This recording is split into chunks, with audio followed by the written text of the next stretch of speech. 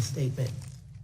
Well, I thank the Chairwoman for holding this hearing today. And while my Democrat colleagues are not just only down the hall attempting to undo the 2016 election, it appears today that committee Democrats are working to predetermine the 2020 Democrat nomination for their party.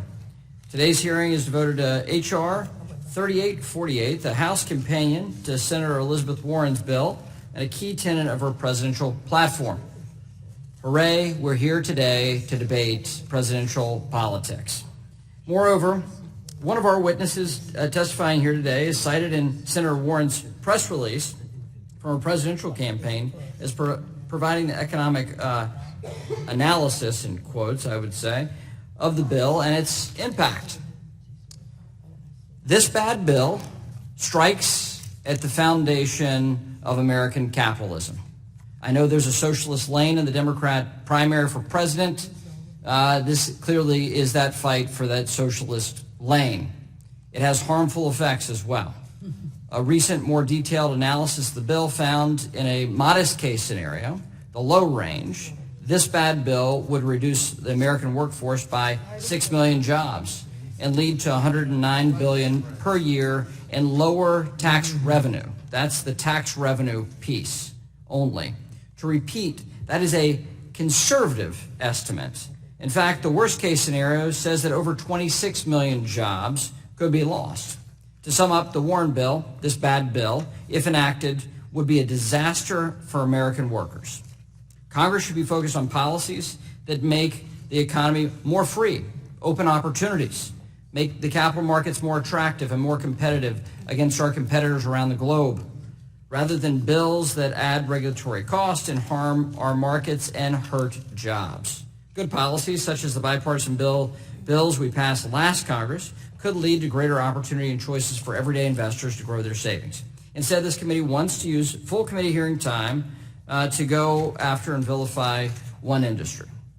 There will likely be several misconceptions presented today by my Democrat friends, so I want to use some of my time here to address those. First, private equity is not just about large investors buying out large companies. Generally speaking, private equity is a variety of private investment, from venture capital to capital injections for small businesses to lending so that small businesses could buy mismanaged other businesses that have potential, huge potential, if just managed correctly. Second, private equity's business model does not involve intentionally bankrupting companies. Bankruptcy is failure. Failure is not a part of the business model. Success is. That's where you see the job growth. That's where you see the returns.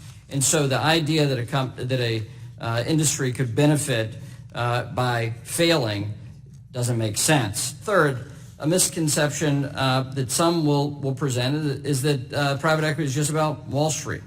It's not. Private equity creates investment opportunities that lead to jobs. According to a recent Ernst & Young study of the impact of private equity in the U.S. last year, private equity supports at least 100,000 jobs in 27 states and over 10,000 jobs in each state. Additionally, everyday Americans directly benefit through pensions. U.S. pension funds invest about 9% of their portfolios in private equity, and that same study found that private equity has outperformed investment in public equity, fixed income, real estate over the last decade. That means that everyday investors, including folks from teachers and firefighters and police, all benefit. But don't take my word for it.